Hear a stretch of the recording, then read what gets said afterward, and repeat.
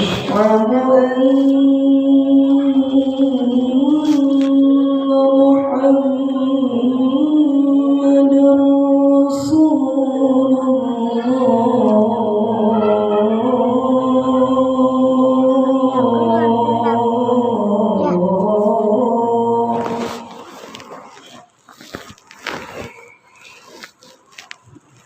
أشهد أن محمدًا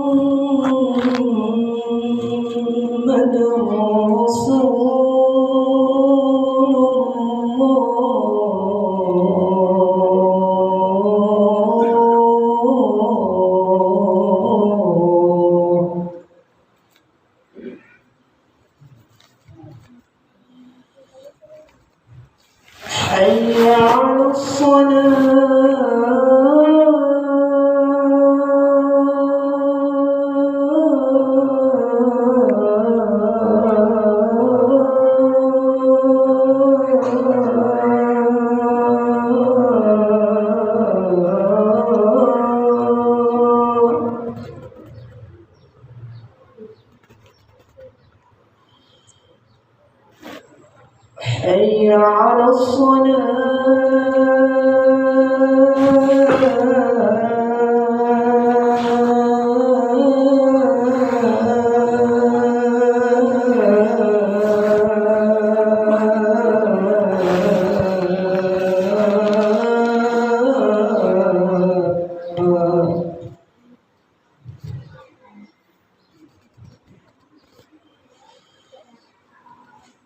حي على حي على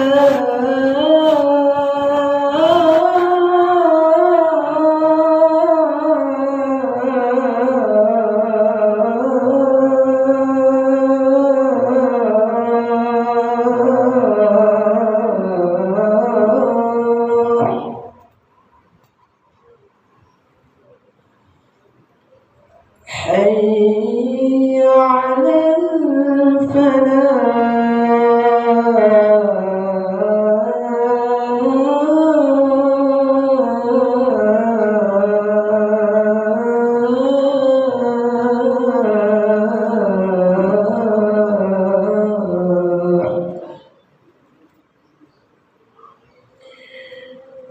الله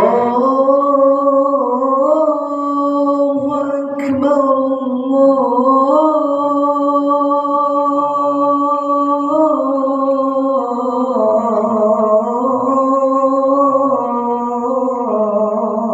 الله أكبر لا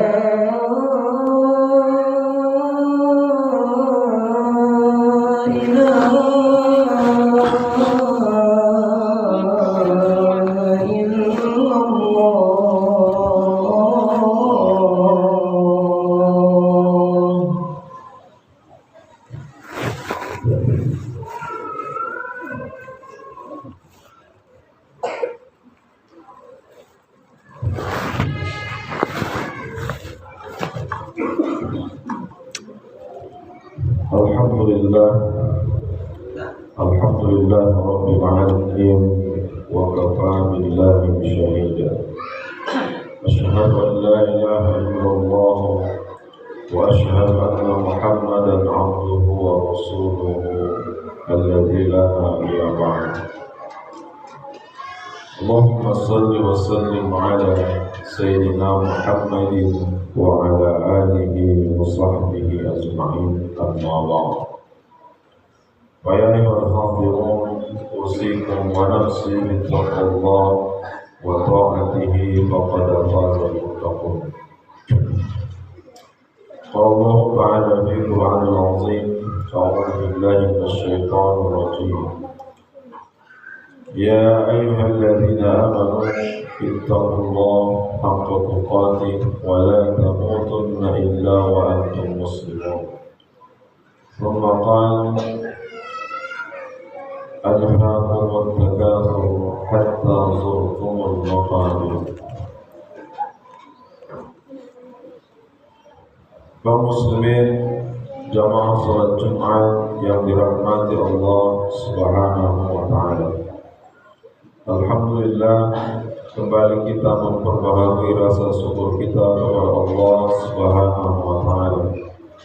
Pada hari ini yang merupakan hari teristimewa karena dia menjadi Sayyidul Ayyam atau penghulu dari hari. Artinya bahwa hari Jumat merupakan hari yang mulia di antara hari-hari yang lain yang terdapat dalam satu minggu. Salawat dan salam kita sampaikan dan kita sanjung tinggikan keharibaan baginda Nabi Sallallahu Alaihi Wasallam. Memperbanyak membaca salawat dan kemudian mengikuti sunnah-sunnah beliau. Karena salah satu yang membuktikan bahwa kita masih cinta dan mengikuti tuntunan baginda Rasul, bukti yang paling utama tidak hanya membacakan salawat kepada beliau, akan tetapi juga ikut melaksanakan sunnah-sunnah baginda Rasul Sallallahu Alaihi Wasallam. Dan mudah-mudahan kita semua menjadi orang-orang yang mendapatkan syafaatnya yaumil akhir nanti. Khatib berwasiat kepada khatib sendiri yang kepada kita semua kaum muslimin jamaah salat Jumat, marilah sama-sama kita meningkatkan dan kemudian melaksanakan perintah Allah Subhanahu wa Ta'ala secara ridho dan juga meninggalkan apapun yang dilarang Allah Subhanahu wa Ta'ala juga secara ridho. Karena itu akan menunjukkan dan mengarahkan kita kepada menjalankan seluruh rangkaian ibadah yang merupakan perintah-perintah Allah, dan juga kita berupaya dengan semaksimal mungkin meninggalkan apa yang dilarang Allah, bahkan yang dimurkai atau dibenci oleh Allah Subhanahu wa Ta'ala. Kaum muslimin rahimahullah, sebagaimana yang khatib bacakan tadi, yang terdapat dalam surat At-Takasur, yang merupakan surat ini surat yang sangat sederhana dalam hidup manusia, akan tetapi sesungguhnya mempunyai pemahaman yang begitu dahsyat ataupun pemahaman yang begitu dalam kalau kita menelusuri makna-makna yang terdapat di dalamnya. Ibnu Katsir menyatakan bahwa surat At-Takasur ini merupakan surat yang turun di kota Madinah, karena pada waktu itu terjadi kecemburuan antar kabilah. Bahwasanya di kota Madinah itu terdapat banyak kabilah. Kalau kita istilahkan pada masa sekarang ini, kabilah ini boleh dikatakan dengan kesukuan. Kalau di masyarakat Batak, Parmargaon. Maka antar sesama suku di kota Madinah terjadi kecemburuan. Satu suku mengatakan suku yang lain sudah menjadi seperti ini. Suku yang ini sudah mempunyai kekuasaan sehebat ini. Suku yang lain juga sudah menjadi pemimpin, atau sudah menjadi pejabat, atau sudah menjadi pengusaha dan sebagainya. Karena dengan kecemburuan itu, maka menjadi masalah baru di kota Madinah. Karena ibadah ataupun masjid-masjid yang ada di kota Madinah, karena masjid tidak hanya Masjid Nabawi, banyak masjid yang terdapat di pinggiran kota Madinah sudah mulai terlakrikan ataupun tersia-siakan. Maka turunlah surat At-Takasur ini, Alhaakumut Takasur. Kata Allah, wahai manusia, kalian itu sudah dalam kelalaian yang berkepanjangan. Alhaakum, lalai. Innamal hayatud dunya mawayang. Sesungguhnya kehidupan dunia adalah permainan, senda gurau, tidak ada yang serius. Alhaakumut Takasur, ketidakseriusan kelalaian kalian, kata Allah, sudah berkepanjangan. Manusia memang seperti itu. Ketika dia sebelum mempunyai jabatan, dia berjanji, nanti kalau saya sudah punya jabatan, saya akan mengabdikan diri. Setelah dia dapat, dia lupa dengan janjinya terhadap dirinya sendiri. Dulu masih usaha kecil, nanti kalau usaha saya sudah besar, saya akan seperti ini. Dulu sebelum dia kaya, nanti kalau sudah kaya saya akan seperti ini. Tapi setelah Allah berikan alhaakumut takasur, manusia sudah berada dalam kelalaian yang berkepanjangan. Kemudian kata Allah, hatta zurtumul maqabir, jangan sampai kelalaian itu sampai mau menghentikan. Kata Allah, hatta ta'tiyahumul maut, jangan sampai kematian itu datang kepada kita, baru kita berhenti daripada kelalaian. Kemudian ditanya dalam tafsir itu, para sahabat bertanya kepada sahabat yang lain, apa sebenarnya yang sering membuat manusia lalai? Kata Imam Hasan Al-Basri ada dua. Yang pertama, yang sering membuat manusia lalai adalah amwal. Yang kedua, wal banin, harta dan anaklah yang sering membuat manusia dalam kelalaian. Kata Imam Al-Basri, harta ini sesungguhnya apa yang kita miliki, apa yang sudah kita punya di dunia ini, belum tentu itu menjadi harta kita.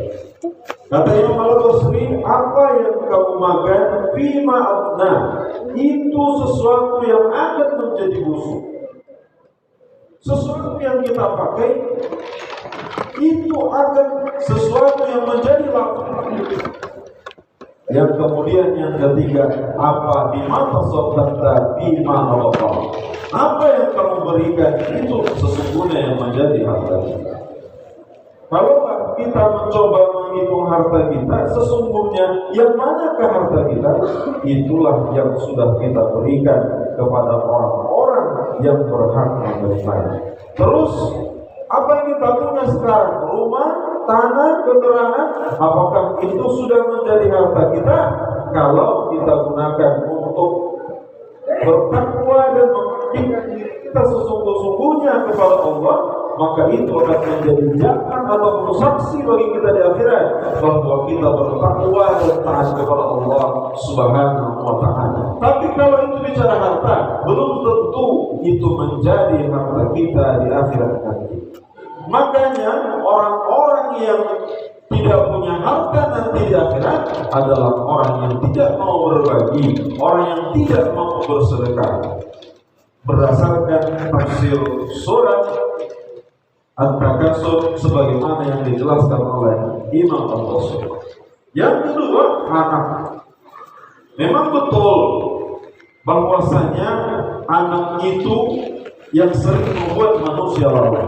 Al-Quran menjelaskan ada 4 posisi anak di dalam Al-Quran. Yang pertama, anak bisa menjadi qurrata a'yun. Apa itu qurrata a'yun? Rabbana hablana min azwajina wa dzurriyyatina qurrata a'yun waj'alna lil muttaqina imama. Inilah sesungguhnya anak kita, qurrata a'yun, anak yang taat kepada Allah, yang takut kepada Allah, dan juga taat dan berbakti kepada orang tua. Dan inilah yang menjadi cikal bakal waladun saleh, anak yang saleh yang mendoakan kedua orang tuanya. Kalau anak itu tidak berbakti dan tidak taat kepada Allah, maka bisa saja dia bergeser posisinya. Apa kata Allah? Ya ayyuhalladzina amanu inna min azwajikum wa auladukum fitnah. Wahai orang-orang yang beriman, istri-istri kalian, anak-anak kalian itu bisa menjadi lawan bagi kalian. Kalau dia tidak qurrata a'yun, jangan-jangan dia posisinya anak itu adalah lawan bagi orang tuanya. Itu kata Allah dalam Al-Quran. Kalau bukan qurrata a'yun atau menjadi lawan bagi kedua orang tuanya, mungkin saja dia hanya perhiasan dunia. Apa kata Allah? Al-malu wal banun zinatul hayatid dunya. Harta dan anak itu adalah perhiasan dunia. Ketika orang bicara anak, kita punya anak. Ketika anak orang sekolah, anak kita juga sekolah. Terkadang kalau kita menceritakan anak kita baru lahir, kemudian sudah bisa jalan, sekarang sudah sekolah di mana, banyak waktu yang terbuang untuk menceritakan kehebatan anak kita. Kenapa? Posisi anak pada waktu itu adalah sebagai zinatul hayatid dunya, sebagai perhiasan dunia yang membuat sebuah keluarga itu menjadi indah kelihatan di mata Allah. Kemudian kalau bukan zina, seorang anak itu apa lagi? Jangan-jangan dia menjadi penolong ataupun yang membantu kita nanti yaumil akhir nanti, yang kembali kepada waladun salih, anak yang saleh yang berasal dari qurrata a'yun. Maka upaya-upaya kita agar kita tidak terjebak, agar kita tidak menghabiskan waktu al-hamdul takasur dalam kelalaian yang panjang, maka upaya kita, harta dan anak-anak itu harus menjadi jalan pengabdian diri kita kepada Allah Subhanahu wa Ta'ala. Sebelum punya anak kita ingin punya anak, setelah punya anak kita bahagia, kita pikir nanti kalau sudah dewasa akan membantu kita, malah menjadi penambah pikiran bagi orang tua. Kata orang tuanya, nanti kalau semua anak-anak saya sudah menikah, tenanglah hidup saya. Oh, ternyata tidak secara fakta. Malah anak-anak inilah yang membuat jalan baginya untuk sakit berkepanjangan. Kenapa? Karena memang keduanya ini adalah merupakan hal-hal yang bisa berubah posisinya, bisa menjadi qurrata a'yun, bisa menjadi lawan bagi orang tuanya, atau hanya sekedar perhiasan dalam hidup. Dan bahkan ketika di akhirat nanti mungkin mereka lah menjadi anak-anak yang soleh. Ketika ditanya siapakah yang menjadi anak dunia, siapa yang menjadi anak akhirat, ada anak yang tidak mau mendoakan kedua orang tuanya, ada anak yang terkadang tidak harmonis dengan kedua orang tuanya, ada anak yang terkadang tidak peduli dengan kehidupan orang tuanya. Berarti itu masih anak dunia. Tapi anak-anak yang mendoakan kedua orang tuanya, sesungguhnya itulah yang menjadi anak penolong baginya di akhirat nanti. Maka bagaimana kelalaian ini kata Allah? Kalla saufa ta'lamun. Kalian akan tahu, tapi waktunya lama. Kenapa kita ketahui bahwa kesadaran manusia begitu lama?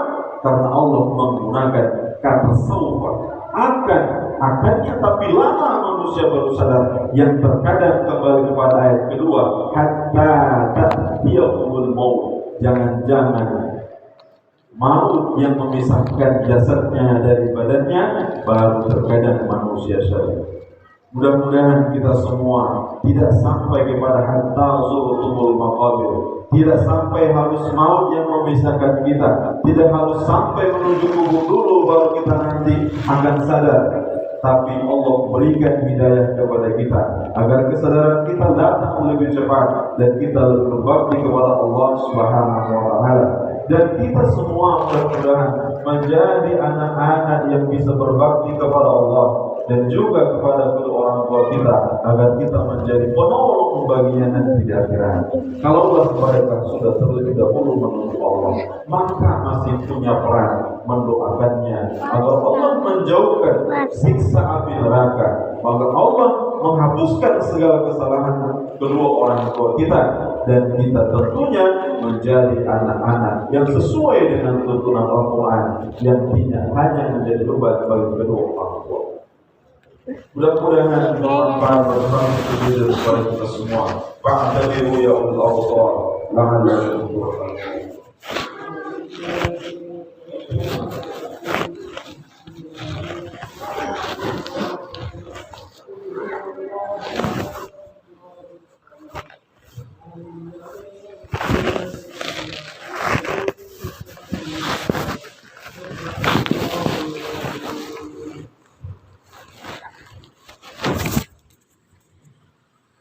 إن الحمد لله نحمده ونستعينه ونستغفره ونعوذ بالله من شرور أنفسنا ومن سيئات أعمالنا من يهده الله فما يضل له ومن يضلل فلا هادي له ولن تجد له وليا مرشدا قال الله تعالى في القرآن العظيم يا أيها الذين آمنوا اتقوا الله ولتنظر نفس ما قدمت لغد أوصيكم ونفسي بتقوى الله وطاعته فقد فاز المتقون ثم قال الله سبحانه وتعالى إن الله وملائكته يصلون على النبي يا أيها الذين آمنوا صلوا عليه وسلموا تسليما اللهم صل وسلم على سيدنا محمد وحبيبنا وشفيعنا وزهرنا ومولانا محمد اللهم اغفر للمؤمنين والمؤمنات والمسلمين والمسلمات الأحياء منهم والأموات إنك على كل شيء قدير اللهم جملنا بالعافية والسلامة وحققنا بالتقوى والاستقامة اللهم أرنا الحق حقا وارزقنا اتباعه وأرنا الباطل باطلا وارزقنا اجتنابه ربنا آتنا في الدنيا حسنة وفي الآخرة حسنة وقنا عذاب النار عباد الله إن الله يأمر بالعدل والإحسان وإيتاء ذي القربى وينهى عن الفحشاء والمنكر والبغي يعظكم لعلكم تذكرون فاذكروا الله العظيم أقيموا الصلاة الله أكبر الله أكبر أشهد أن لا إله إلا الله أشهد أن محمدا رسول الله حي على الصلاة حي على الفلاح قد قامت الصلاة قد قامت الصلاة الله أكبر الله أكبر لا إله إلا الله صلوا صفوفكم فإن تصفيق الصفوف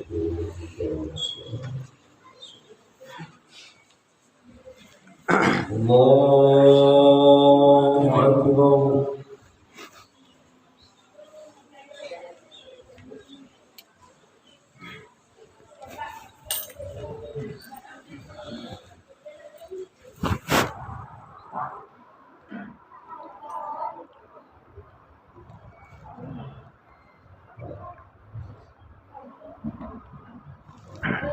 بسم الله الرحمن الرحيم الحمد لله رب العالمين الرحمن الرحيم مالك يوم الدين إياك نعبد وإياك نستعين اهدنا الصراط المستقيم صراط الذين أنعمت عليهم غير المغضوب عليهم ولا الضالين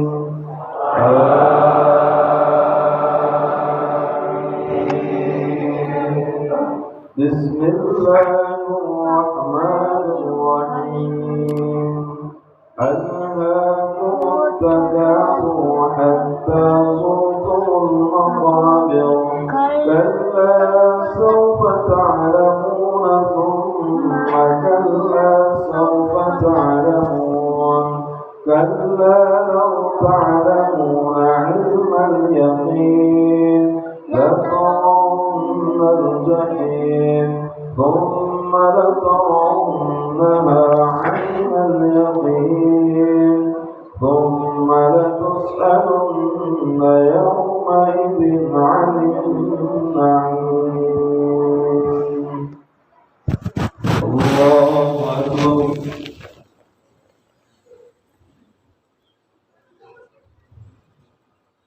سمع الله لمن حمده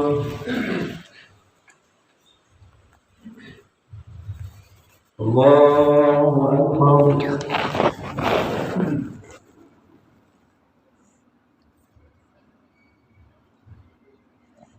الله أكبر.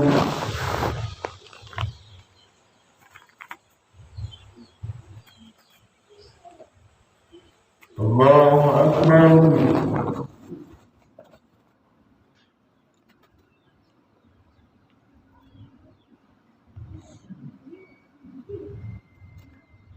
الله أكبر.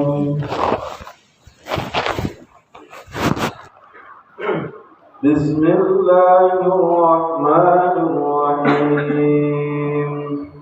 الحمد لله رب العالمين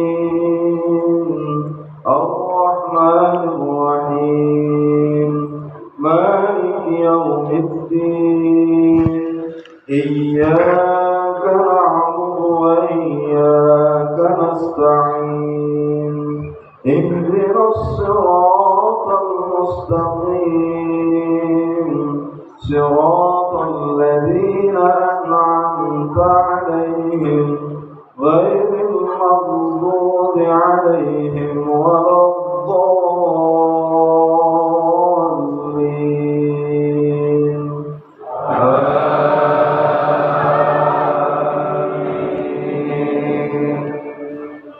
بسم الله الرحمن الرحيم. تبت يدا أبي لهب وتب ما أغنى عنه ماله وما كسب سيصلى نارا ذات لهب وامرأته حمالة الحطب في جيدها حبل من مسد. الله أكبر.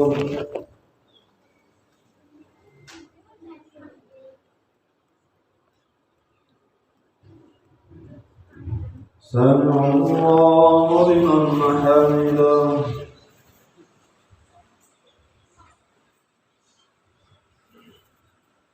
الله أكبر.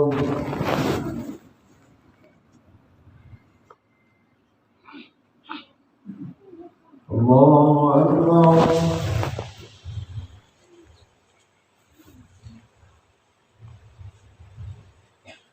الله أكبر.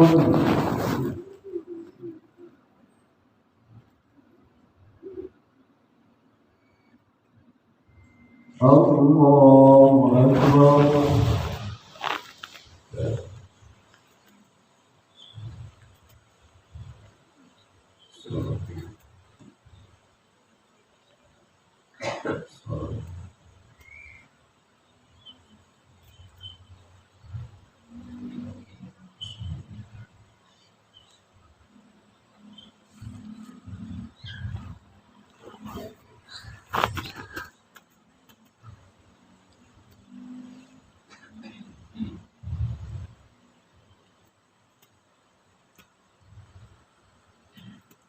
السلام عليكم ورحمة الله.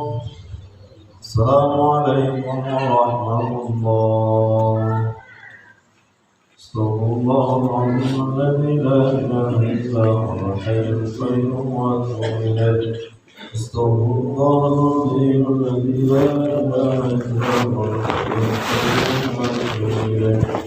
أستغفر الله العظيم الذي لا إله إلا هو الحي القيوم وأتوب إليه. إله ربنا سبحان الله. سبحان الله. سبحان الله.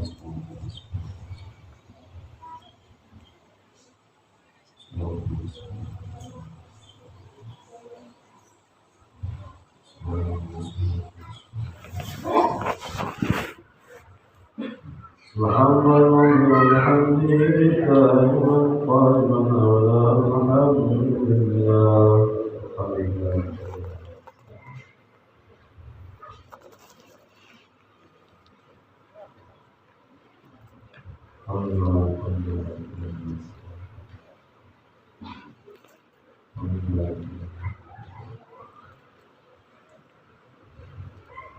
الحمد لله رب العالمين على كل حال وفي كل حال الله أكبر الله أكبر.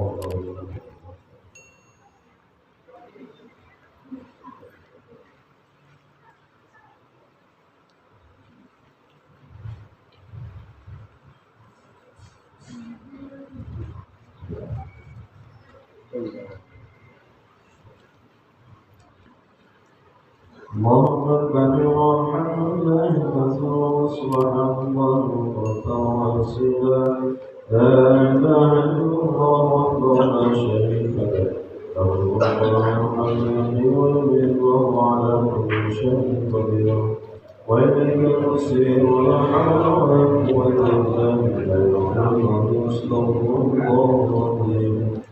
أعوذ بالله من الشيطان الرجيم بسم الله الرحمن الرحيم الحمد لله رب العالمين والصلاة والسلام على أشرف الأنبياء والمرسلين وعلى آله وصحبه أجمعين.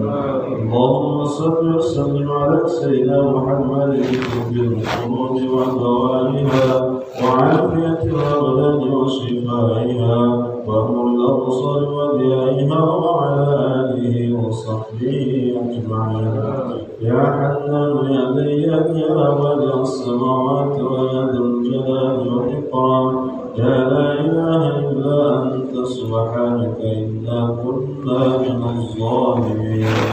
اللهم اغفر لنا ذنوبنا ولوالدينا وارحمهم كما ربونا صغارا ولأجدادنا ولجداتنا ولمشايخنا ولمعلمنا ولمن أحسن إلينا ولجميع المسلمين والمسلمات والمؤمنين والمؤمنات الأحياء منهم والأموات إنك على كل شيء قدير. اللهم جملنا بالعافية والسلامة وحققنا بالتقوى والاستقامة. اللهم بنور العلم وسرعة الفهم وأخرجنا من ظلمات الوهم وافتح لنا أبواب رحمتك يا أرحم الراحمين. ربنا آتنا في الدنيا حسنة وفي الآخرة حسنة وقنا عذاب النار. وصلى الله على سيدنا محمد وعلى آله وصحبه أجمعين برحمتك سبحان ربك رب العزة عما يصفون وسلام على المرسلين والحمد لله رب العالمين.